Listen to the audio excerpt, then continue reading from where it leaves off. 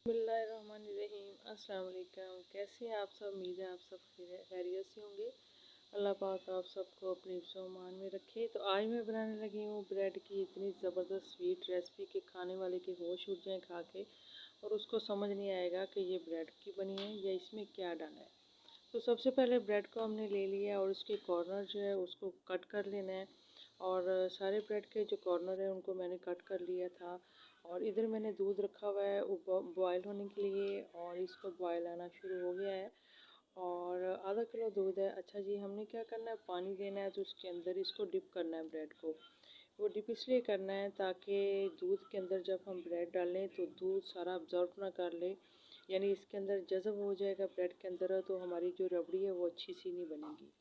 इसलिए हमने पानी के अंदर डिप करके दूध के अंदर डाला है ताकि दूध को ऑब्ज़र्व ज़्यादा ना करे और रबड़ी मज़ेदार सी तैयार हो जाए। आज मौसम बहुत प्यारा है तो मैंने कहा क्यों ना कोई अच्छी सी स्वीट रेसिपी बनाई जाए जो खाने पे भी मज़ा आए। और थोड़ी सी मैंने डाल दी है इसके अंदर, हाफ़ प्याली चीनी की डाल दी है और इलायचियाँ डाल दी हैं थोड़ी सी। अगर आपको पसंद है तो इलायचियाँ डाल लें, वरना रोज़ वाटर भी डाल सकते हैं, या इसके अंदर आप इसके अलावा वनीला एसेंस भी डाल सकते हैं, ये आपकी अपनी चॉइस है। तो थोड़ा सा मैं इसके अंदर फूड कलर ऐड कर रही हूँ थोड़े से कलर चेंजिंग के लिए। अगर आपके पास है तो डालिएगा, वरना स्किप भी कर सकते हैं। तो इसकी हमने रबड़ी तैयार करनी है तकरीबन 7 से 8 मिनट के लिए। मुसलसल इस तरह चम्मच हिलाते जाना है और इसको पकाते जाना है जब तक हमारी रबड़ी ना तैयार हो जाए। उस वक्त तक हमने इसके अंदर इस तरीके से चम्मच हिलाते जाना है। तो जनाब 7 से 8 मिनट हो गए हैं, तो रबड़ी हमारी रेडी हो गई। अब इसको ठंडा होने के लिए फ्रिज में रखते हैं।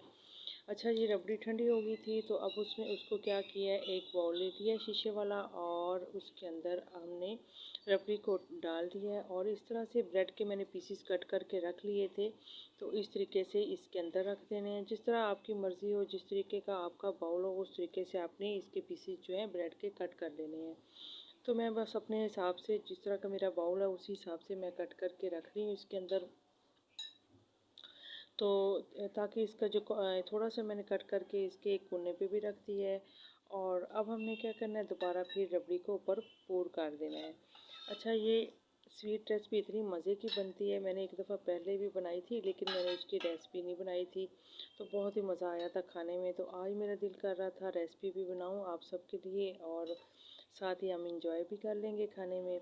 तो जनाब फिर दूसरी लेयर इसके अंदर इस तरह से लगानी है आपने, इस तरीके से जो मैंने काट कर रखे थे ब्रेड, उनको भी इसी तरीके से आपने ऊपर रख देना है। तो वीडियो अगर आपको अच्छी लगे तो प्लीज़ लाइक और सब्सक्राइब ज़रूर कर दिया करें, और अच्छा सा कमेंट्स भी दे दिया करें।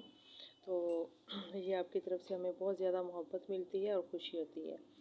और उसके बाद हमने दोबारा फिर इस तरह सर्विस कप के साथ ऊपर रबड़ी को पूर कर देना है इस तरीके से।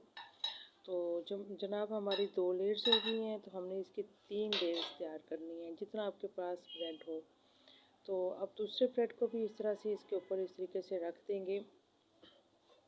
तो इसी स्टेज पे हमारा जो ब्रेड है वो सारा ख़त्म हो गया है और रबड़ी भी एंड हो गई है। तो सारा जो है रबड़ी का मिक्सचर वो मैंने ऊपर डाल दिया, इस तरह से पूर कर दिया, और इसको इस तरह से ऊपर फैला देना है हमने।